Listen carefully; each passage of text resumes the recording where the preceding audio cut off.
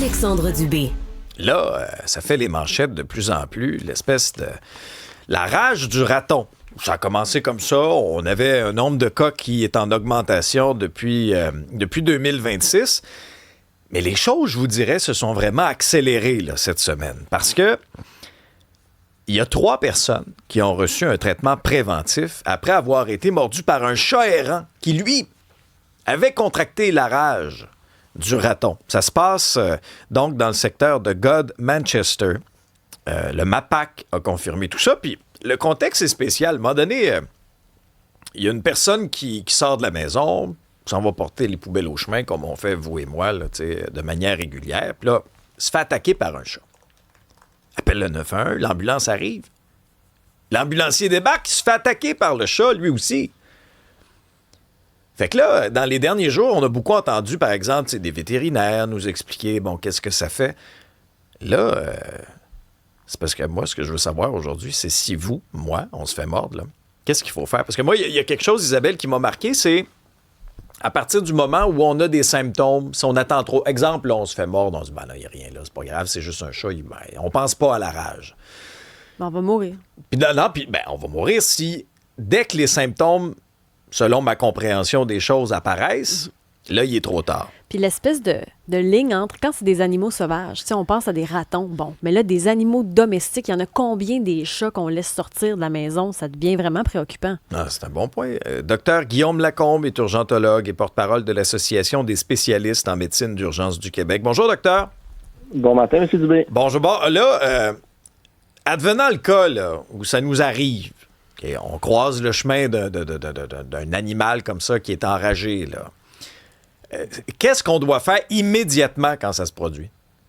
Ben, la première chose, c'est de se présenter à l'hôpital. Tout de suite. On va à l'hôpital, on prend pas de chance. Tu sais, il y a toute une évaluation complexe à faire en arrière de ça pour vraiment évaluer le risque associé à la morsure ou à la griffure ou du moins au contact, savoir est-ce que c'est un contact à risque ou pas.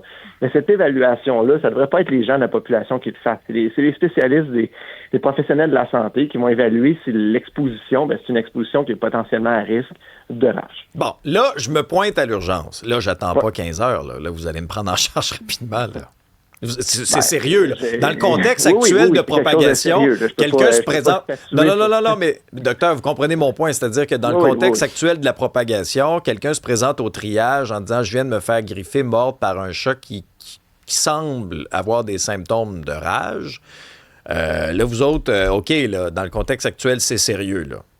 Oui, bien, c'est pris en compte là, dans l'évaluation triage, puis dans l'échelle de triage. C'est pris en compte. Mais puis quand c'est pris assez rapidement, hier, il y a des auditeurs qui nous disaient qu'il y a quand même... il y a des traitements, mais c'est très, très lourd. Là. Il y a beaucoup, beaucoup d'étapes. Bon, OK. En fait, il faut différencier la vaccination, le traitement qu'on va donner à l'hôpital du traitement de la maladie de la rage. OK, là, je vais mettre quelque chose au clair. Si on développe une maladie, la rage, lorsqu'on développe les symptômes, ce qui peut arriver dans les mois, voire les années après une exposition. Donc, les vrais cas de rage humaine, ça, il n'y a pas vraiment de traitement de disponible. OK? Mais je veux rassurer la population. Là, au Canada, depuis les 100 dernières années, il y a une trentaine de cas environ. C'est minime. En 100 ans. OK? Ça, c'est de la rage. OK? Ça, il y a des cas de décrits de gens qui ont survécu à la rage. On dit toujours 100% de survie. Il y a eu des cas décrits, mais c'est des gens qui sont décédés dans les années qui ont suivi avec des lourdes séquelles, avec des traitements très, très, très complexes. OK? Fait que ça, je veux juste clarifier. Lorsqu'on parle de la prophylaxie post-exposition, ça veut dire, je me fais mordre par un animal, on ne sait pas s'il y a la rage. Par exemple, je sais pas, moi, je suis en contact avec une chauve-souris ou un raton laveur qui m'a griffé. Je vais me présenter à l'hôpital. Là, dans ces cas-là, ce qu'on va faire, c'est y aller avec 2 traitements. Soit une vaccination, fait qu'on va donner des vaccins, puis c'est plusieurs vaccins sur plusieurs jours, avec un autre traitement qu'on appelle des immunoglobulines, qui est un médicament, qui est un espèce des anticorps qu'on va donner au patient pour le protéger contre la rage. Mais ça, on va le donner avant que la rage s'installe. Le but, c'est d'empêcher la rage de s'installer. Dites-nous un peu, docteur Lacombe, là, ce qu'on doit surveiller, là, parce que là, il y a toutes sortes il y a une liste de symptômes là, dans le journal. Encore là, il ne faut pas attendre de les développer, parce qu'on comprend que là, le temps presse, là. Mais quand même, qu'est-ce qu'on doit surveiller? Vous parlez chez la personne ou chez l'animal ou vous voulez dire... Les deux. Ben, en fait, les symptômes de rage, ça va commencer généralement par des symptômes un peu comme une grippe, OK? Fait que la fièvre, des myalgies, des douleurs musculaires, des maux de tête, des nausées. Puis, lorsque ça devient plus avancé, ben là, on va développer des symptômes d'hallucination, d'agitation, puis on va avoir un trouble de comportement, par exemple. Mais je veux juste rassurer les gens, là, ça, c'est quelque chose qu'on va voir. Tu sais, ça arrive pas comme une heure après s'être fait mordre ou 2 jours. Ouais, c'est quoi le délai? Ben, généralement, comme je dis, ça peut être des semaines, des mois, puis ça peut aller à des années. Là. OK. Ah ouais, OK. Fait que, je veux quand même rassurer la population. Ben oui, ben non, mais Moi, c'est pour ça qu'on vous a invité. Donc là, exemple, là, moi, je sors de chez nous, je m'en vais porter mes poubelles au chemin, je me fais griffer, je me fais mordre comme c'est arrivé à cette personne-là. Si j'interviens rapidement dans les heures, voire même dans les jours qui suivent, mais préférablement dans les heures, on va être correct, là. Oui, on va être correct. Okay. C'est ce que je veux rassurer les gens. On a des bons traitements pour prévenir l'apparition de la maladie. Ça, on les a. Donc ça, c'est super important.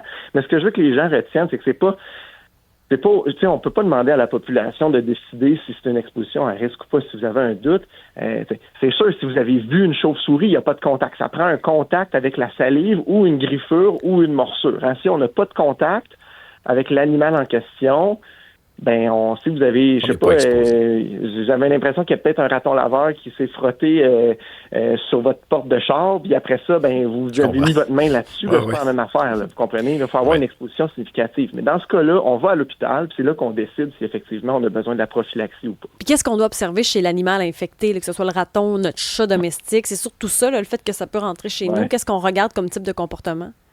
Ben, c'est pas toujours facile. C'est ce qu'on va rechercher généralement, c'est les animaux domestiques, c'est regarder est-ce que c'est un comportement qui était normal. Donc, c'est un chat qui nous a attaqué sans aucune raison. Tu sais, si vous avez 2 chiens qui se battent, puis vous essayez de les séparer, puis qu'il y en a un qui vous mord par accident, ça, c'est pas mal un comportement normal. Hein. Je dirais, n'importe quel chien va avoir peur. Ou si vous prenez, par exemple, vous avez une maman avec ses chatons, puis vous prenez un chaton, ça se peut qu'elle vous saute dessus, ça reste quand même un comportement qu'on va dire normal. Là où c'est anormal, c'est si vous marchez dans la rue, puis il y a un chat qui sort de nulle part, puis qui décide de vous attaquer. Ça, c'est pas quelque chose qu'on va voir habituellement. Puis l'autre chose que je veux mettre par rapport aux animaux domestiques, l'autre chose que je veux dire, c'est si vous avez un chat ou un chien à la maison, allez voir votre vétérinaire. Il existe des vaccins aussi pour les animaux qui sont disponibles. Si votre chat il sort à l'extérieur, ben peut-être que ça vaut la peine de faire vacciner votre chat pour prévenir et réduire les risques que ça peut arriver. Docteur Guillaume Lacombe, urgentologue, porte-parole de l'Association des spécialistes en médecine d'urgence du Québec. Merci beaucoup pour vos explications. Ça nous aide à mieux comprendre tout ça.